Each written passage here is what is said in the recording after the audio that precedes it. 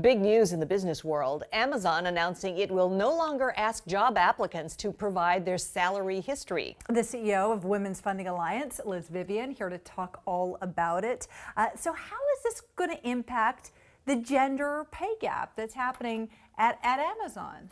Well, one of the things that's important to remember about this practice is that it makes a lot of sense in a suite, a whole set of practices that could be implemented that would narrow the gender wage gap.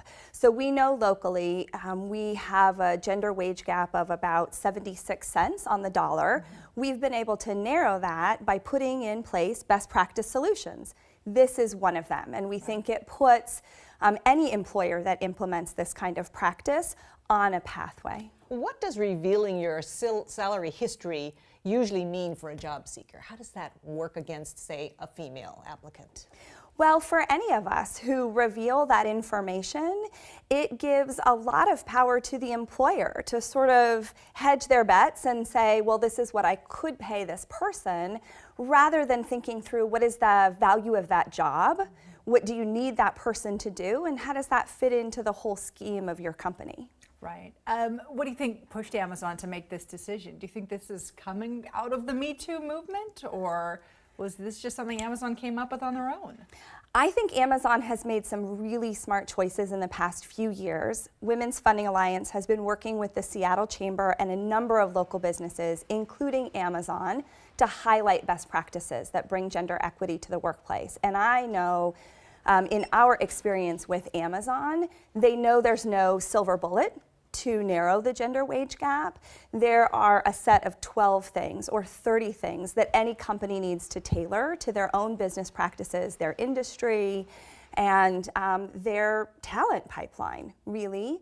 And so it's an incredibly smart next step, but it isn't the only step they've taken. Now, some women would say, I'm not going to reveal my past salaries to you, but other women might not even be, conscious that they have a choice in that.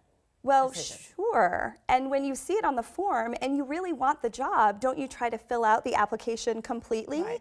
It might be seen as pretty gutsy to personally leave that off.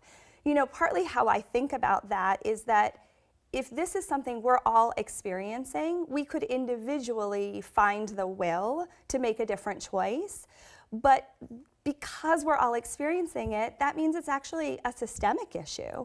And we could put in place practices that would just make it more fair and equitable for all of us. This will really benefit women. It actually benefits everybody in the workplace. Okay, so this is a great step Amazon is taking, but what about for the job applicant that's not applying for a job at Amazon? What do you do if this question does come up? Yeah, I think that's a great question. I personally have left it off of applications. As a person who's hired dozens of people in my career, I have stopped asking for it.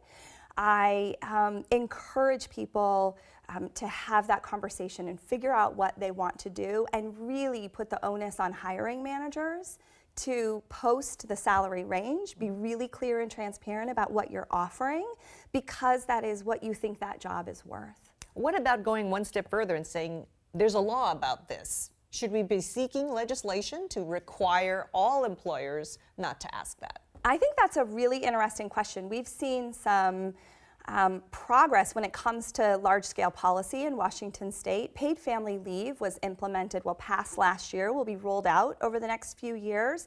And that's a policy that stands to make a radical difference in the lives of women and in bringing gender equity to the workplace. I think that is a case where that made a lot of sense. I also know that public policy is slow to come, and that when businesses really understand why this matters to their profitability and their productivity, businesses locally, one of their highest priorities is talent and the talent pipeline. So when that's a priority for you, you can change those policies and practices today. Quickly. Right now, right? Yep. We could do business differently. All right. Liz Vivian, thank you so much. One step of many. Thank you so much.